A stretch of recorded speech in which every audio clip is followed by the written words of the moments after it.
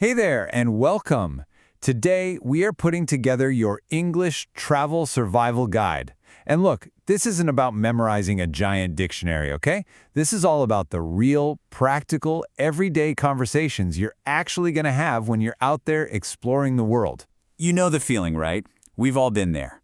You're in this amazing new city, you're super excited, but you need to ask for something simple and poof, the words are just gone. Well, that's exactly what we're here to fix today, to give you that confidence to ask for literally anything you need. Okay, so first things first, let's talk about the keys to asking questions. We're starting with the absolute foundation, these super simple words that will unlock all the information you could ever want. I want you to think of these as your master keys. Seriously. In English, there are just a handful of these special WH words that can open pretty much any door. And these aren't some boring grammar rules, no. They're powerful tools. And here they are, your 6 essential keys. That's it. Who for a person, where for a place, when for a time. You get the idea.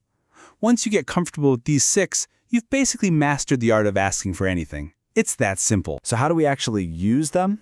Well, there are 2 really common patterns you're going to hear all the time.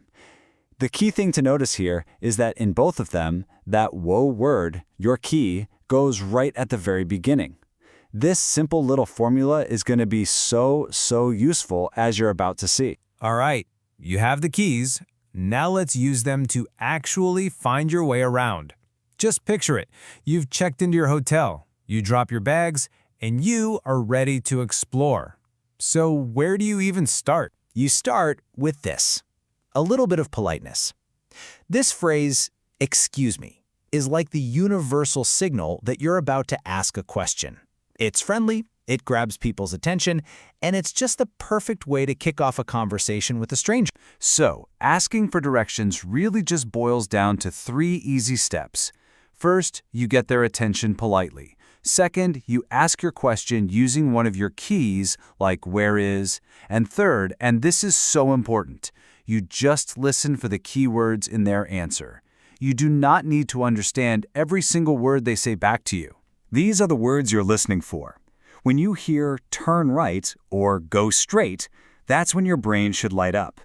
These are your action words. They're the simple, direct instructions that are going to get you from point A to point B.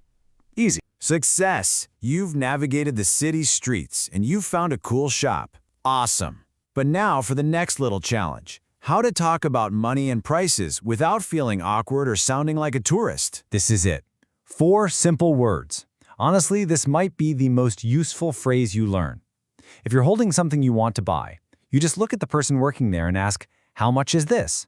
It's direct, it's clear, and everybody uses it. Okay, so you ask the question, and then you see a price like this on the tag, or the register, $10.75.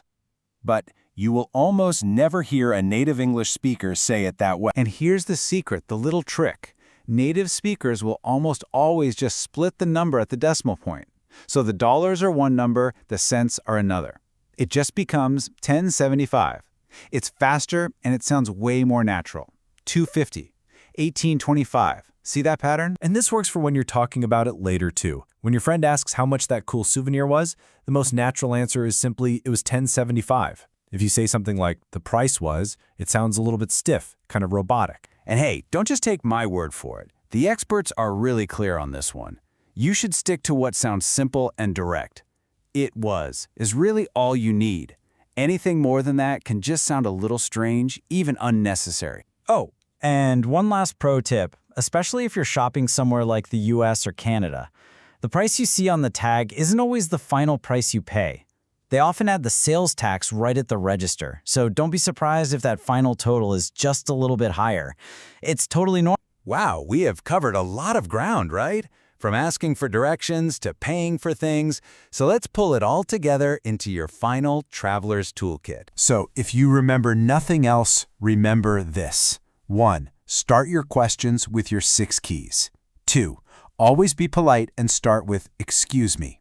3. For directions, ask "where is?" and then just listen for those action words. And 4. For prices, it's "how much is?" and "it was." That's it. Simple, powerful, and it works. So there you have it. You're officially equipped. You've got the keys, you've got the phrases, you've got the confidence for your next big adventure. The only question left is the most exciting one of all. Where are you going to explore first?